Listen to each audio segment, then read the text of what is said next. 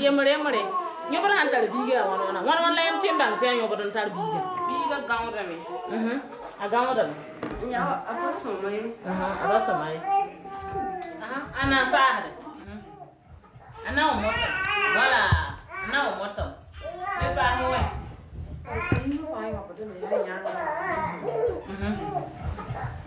ana timba moto aka sare na ba yo anga ko chaba luita me nyama nyanyo bari chaba ya vagra ga foro zobra karakare ma yo ko yela sati kara ha mode ti yera mode donc yam ha nyen bi waye ya woto ni yam si anta la me waye to le yiri kan me titembe be ni ya toto titon twenza dani ni ton katie titon kiti ken tawra be ni la bri kre o de ta yella sama voilà.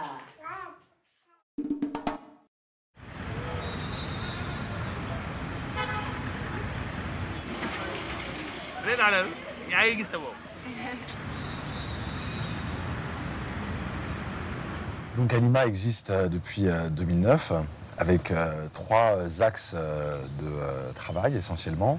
Le premier axe, c'est de produire des secours médicaux dans des situations extrêmes, que ce soit essentiellement lié à des surmortalités, qui soient liées à un aspect aigu comme une crise, un tremblement de terre, une sécheresse, ou bien des aspects plus chroniques comme la surmortalité infantile et maternelle qui a lieu dans le Sahel. Donc, le second axe de travail d'Alima, c'est de s'appuyer sur les compétences qui existent dans les pays, notamment en travaillant systématiquement avec des organisations locales, où on se fixe aussi pour objectif de renforcer les capacités locales en structurant ensemble ces organisations pour que demain, après-demain, à terme, elles soient de plus en plus autonomes, de plus en plus fortes et qu'elles puissent répondre au mieux possible à ces crises qui sont souvent récurrentes dans ces pays-là.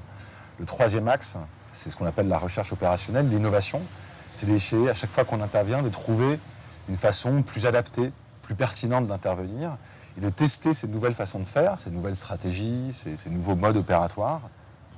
Aujourd'hui, Alima intervient particulièrement dans le Sahel. Donc on est avec nos partenaires au Mali, au Niger, au Burkina Faso, au Tchad. Sinon, on a aussi des opérations au Congo aujourd'hui sur la lutte contre l'épidémie de choléra qui sévit au Congo en ce moment, ou des problématiques pédiatriques auprès d'enfants qui ont des problèmes de malnutrition. On est aussi à Haïti depuis le tremblement de terre. 3 jours après le tremblement de terre, Alima arrivait sur Haïti pour la première fois. Ça faisait pas longtemps qu'on existait. Les partenariats locaux en soi ne sont pas nouveaux, mais le faire dans la médecine humanitaire avec cette ampleur-là, c'est-à-dire ce nombre de patients traités. À titre d'exemple, aujourd'hui, Alima et ses partenaires au Sahel, cette année, c'est 60 000 malnutris aigus sévères que nous allons traiter et plus ou moins 250 000 cas de paludisme et un peu plus de 10 000 hospitalisations pédiatriques, fait par des partenaires locaux. Et ça, c'est assez nouveau, surtout avec des standards de qualité qui sont au-dessus, qui respectent à minima les standards internationaux. Il y a un côté un peu politiquement correct au partenariat avec les ONG nationales et rien de vraiment nouveau. Nous, ce qu'on essaie de faire, c'est pas forcément un partenariat avec une ONG nationale, c'est vraiment que ces ONG nationales deviennent leaders dans la prise en charge de problématiques de santé chez eux.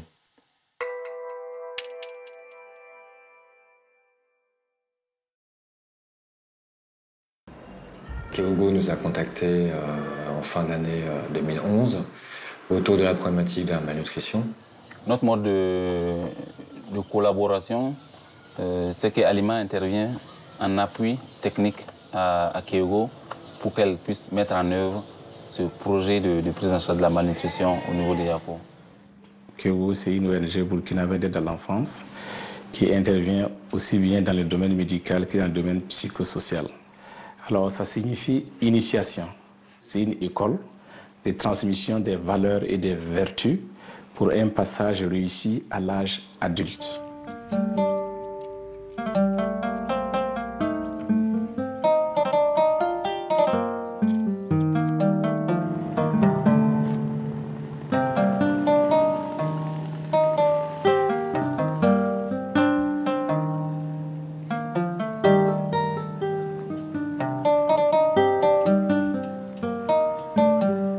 En ce qui concerne l'emblème, 80% des enfants et jeunes de la rue tiennent cette boîte. Elle sert à faire beaucoup de choses.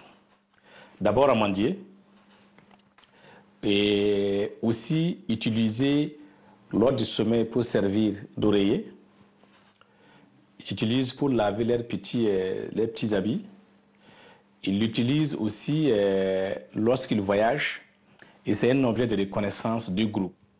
So all of our partners in the field already have a wealth of experience as well as the benefit of the local knowledge.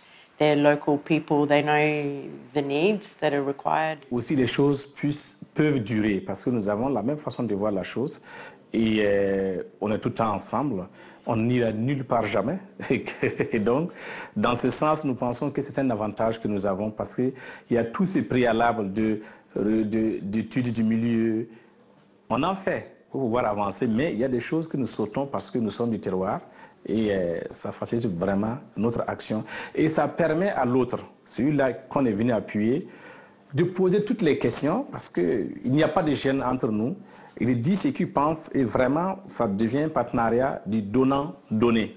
Ils ont des rapports avec le personnel politique avec lesquels nous travaillons, parce que nous sommes toujours en support au ministère de la Santé, qui permettent de mieux expliciter ce qu'ils font, les objectifs du projet, et là aussi ça rend l'action humanitaire plus efficace. Et puis il y a aussi évidemment l'aspect de pérennité. Les ONG internationales, par nature, ne sont pas appelées à rester dans les pays plus d'une certaine durée. Pour les organisations très urgentistes, 6 mois, 1 an, 2 ans. Pour d'autres de développement, c'est 2 ans, 3 ans, 5 ans. Eux, ils sont dans leur pays, ils sont inscrits dans une action humanitaire qui va perdurer tant qu'il y aura ce besoin-là et que ces projets seront acceptés par le gouvernement. We can match our experience with humanitarian response to the local needs to provide the most appropriate and culturally appropriate care according to those needs. De l'autre côté, nous, ce qu'on leur apporte, c'est tout ce dont ils ont besoin pour que ça fonctionne et auquel ils n'ont pas accès. Ils n'ont pas forcément toujours le savoir-faire pour penser et monter un projet depuis le début. Puisqu'aujourd'hui, on travaille beaucoup avec des médecins, par exemple, qui ont travaillé sur ces problématiques médicales, mais n'ont jamais monté un projet humanitaire, donc ils n'ont pas forcément connaissance de ce qu'on appelle le cycle de projet, avec ses différentes étapes. On leur apporte aussi sur l'accès aux bailleurs de fonds, qui nécessite d'abord une connaissance de ces bailleurs de fonds, une connaissance de ce que demandent les bailleurs de fonds.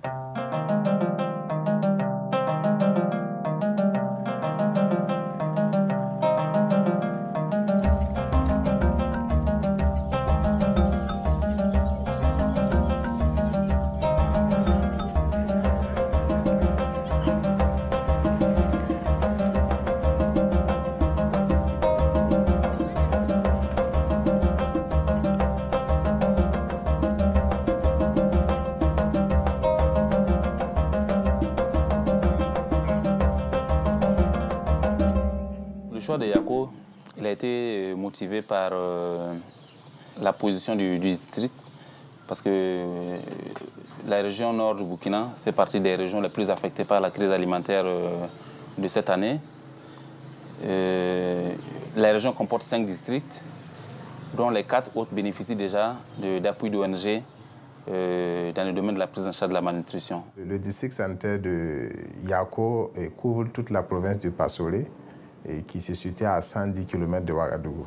Le district compte 52 centres de santé avec un CMA, c'est-à-dire un centre médical avec antenne chirurgicale qui sert de centre de référence pour les dispensaires et les maternités périphériques.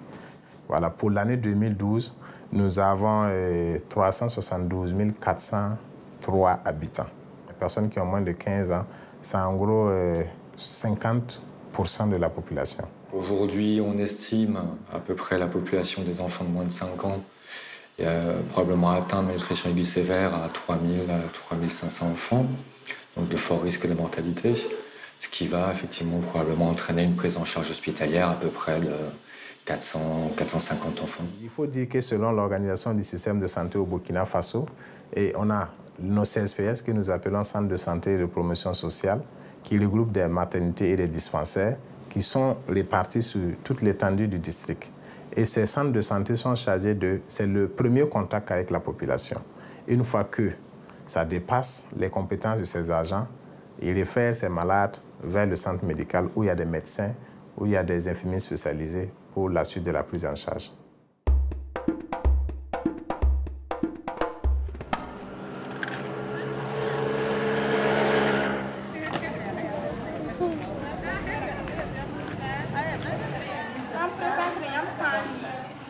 Quand ils viennent le matin, voilà, on fait déjà une séance de causerie éducative.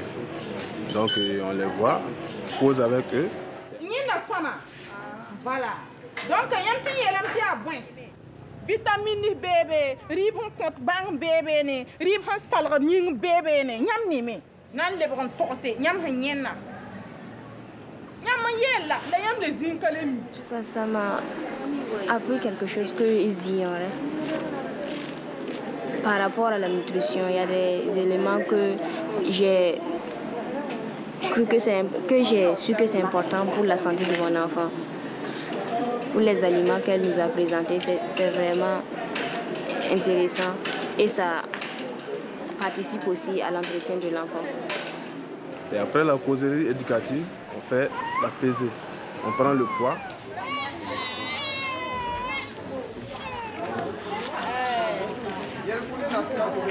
On prend la taille. Et on prend le périmètre brachial pour voir si l'enfant a augmenté en millimètres de périmètre brachial ou bien s'il a chuté. Et c'est pareil pour le poids aussi. C'est de voir si l'enfant a chuté ou bien il a pris du poids. S'il a pris du poids, on l'encourage dans cette lancée. On l'encourage à la maman de continuer à bien alimenter son enfant, à bien donner le plein pinot à la maison. Mais si l'enfant a chuté, on donne le conseil aussi pour que vraiment la maman prête attention à l'état nutritionnel de son enfant. On continue toujours de bien donner la ration de PPN qu'on lui donne. Donc, vous êtes en train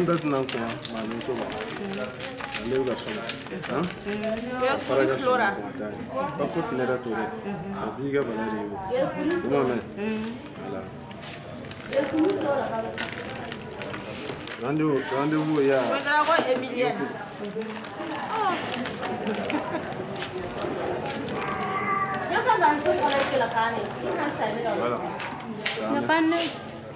C'est difficile de nourrir l'enfant.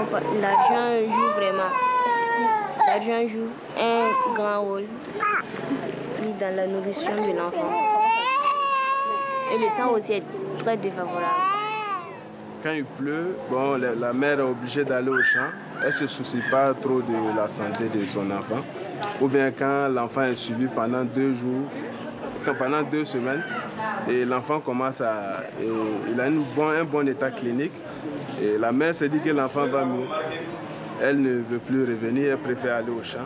Notre intervention portera sur l'ensemble du district sanitaire avec un volet externe qui s'occupera de la prise en charge dans les centres de santé et un volet hospitalier qui s'adressera à la prise en charge au niveau du centre médical avec antenne chirurgicale.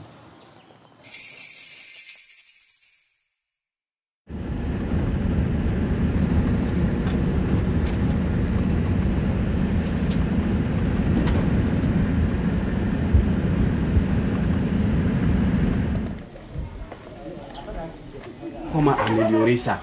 S'il y a besoin d'apporter quelque chose pour appuyer, pour que ça s'améliore, pour que l'hygiène et l'approvisionnement en eau s'améliore, qu'on puisse l'identifier d'ores et déjà tenir compte pour que les activités puissent bien marcher.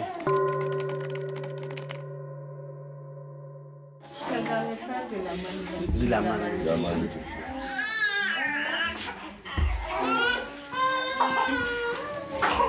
On a besoin de beaucoup. Le seau est gobelet. Le seau il est gobelet. Mais l'eau, c'est à la fontaine. À la fontaine, mais si on peut avoir le seau comme le gobelet. Ok. Ça nous arrange. Ok.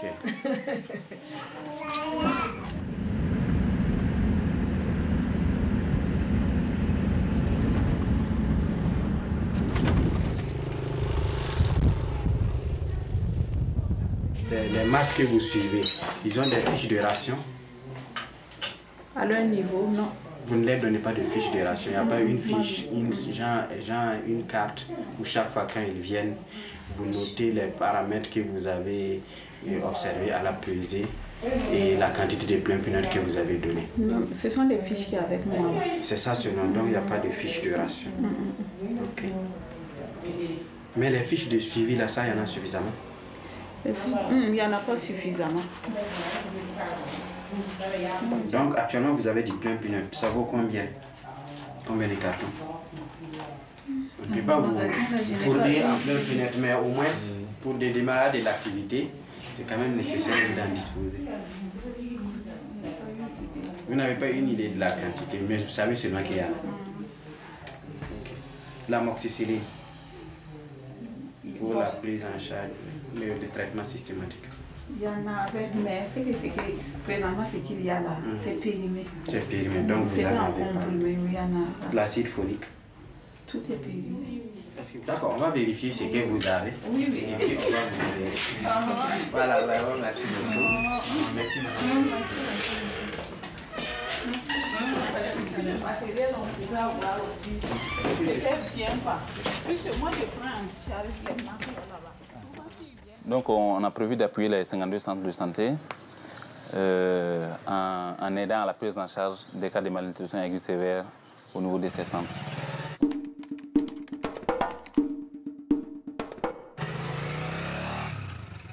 Nous sommes partis sur 10 superviseurs qui vont couvrir ces 52 centres à raison d'en moyenne un superviseur pour 5 centres de santé.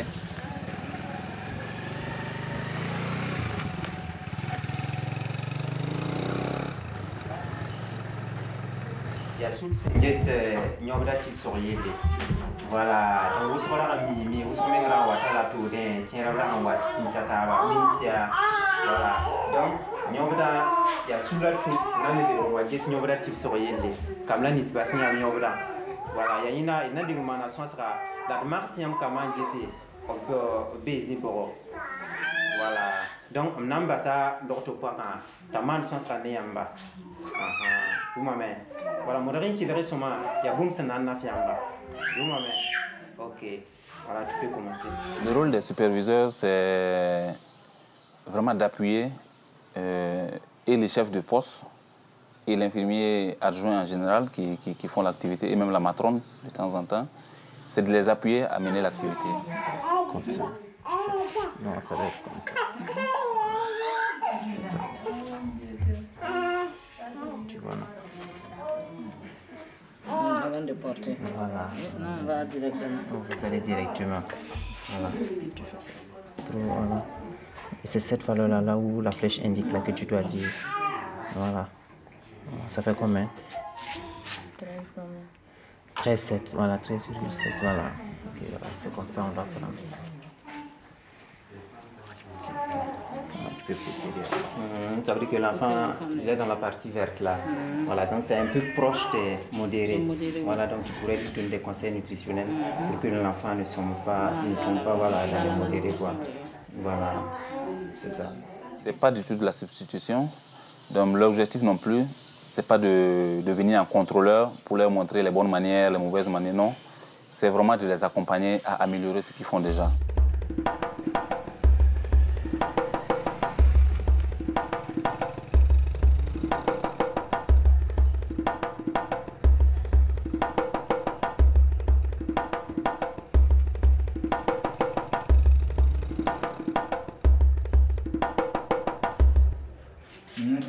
Le TDL a été positif.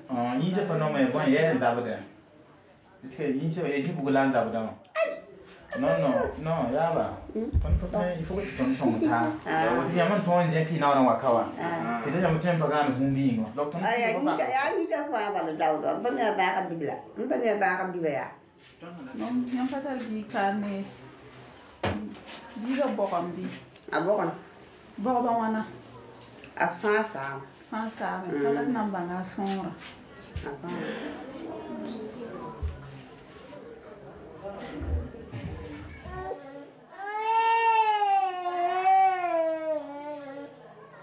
On a ton la pinta la yamia, King Yako.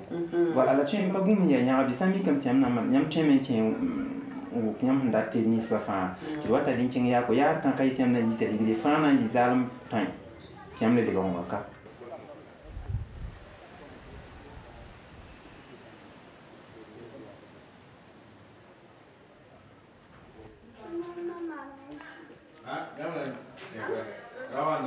Malnutrition aiguë sévère plus élève généralisée. Voilà, c'est une indication de traitement en interne, donc d'hospitalisation. On va hospitaliser l'enfant pour lui donner ce qui lui manque. Avec ça, les élèves vont commencer à descendre, tout ça là à fondre, et l'enfant va retrouver un aspect plus normal. Mais dès que ça commence à fondre, les élèves commencent à fondre, ça ne veut pas dire que l'enfant est guéri. C'est une étape de la guérison, mais ça ne veut pas dire que l'enfant est guéri.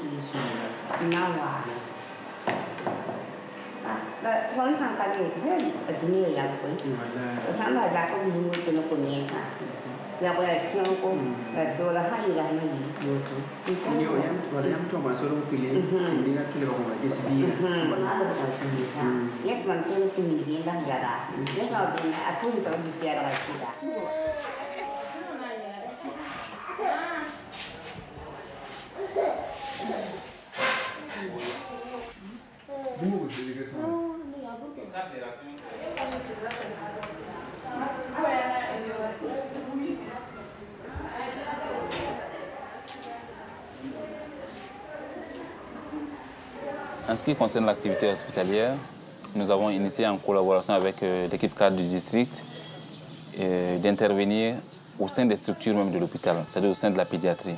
Okay. Donc, pour nos interventions, de concert avec cette équipe, nous avons identifié une aile de la pédiatrie qui servira à la prise en charge des enfants malnutris. Donc, il s'agira pour nous de mettre en place 30 lits d'hospitalisation, dont 10 lits de soins intensifs, et de tourner avec les infirmiers du service de la pédiatrie.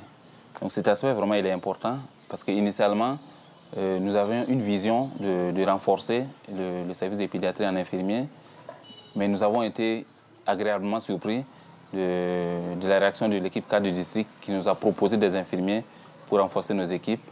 Et je pense que cela vraiment est un signe vraiment de l'engagement des autorités sanitaires pour la bonne mise en œuvre de ce projet.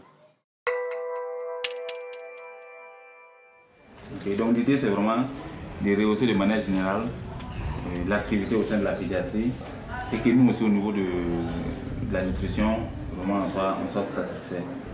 Vous et moi nous sommes tous conscients qu'il y a certains problèmes qui sont liés au fait de manque de médicaments, manque de matériel, de soins, manque de cela, qui finit par démotiver le personnel. Okay. Donc nous on va s'engager à remettre tout ça en place, à ce que le matériel soit disponible pour que les gens puissent travailler. Et maintenant au retour on attend que les gens puissent s'engager vraiment au niveau personnel d'abord et ensuite engagement en équipe pour que les résultats soient ceux qu'on escompte.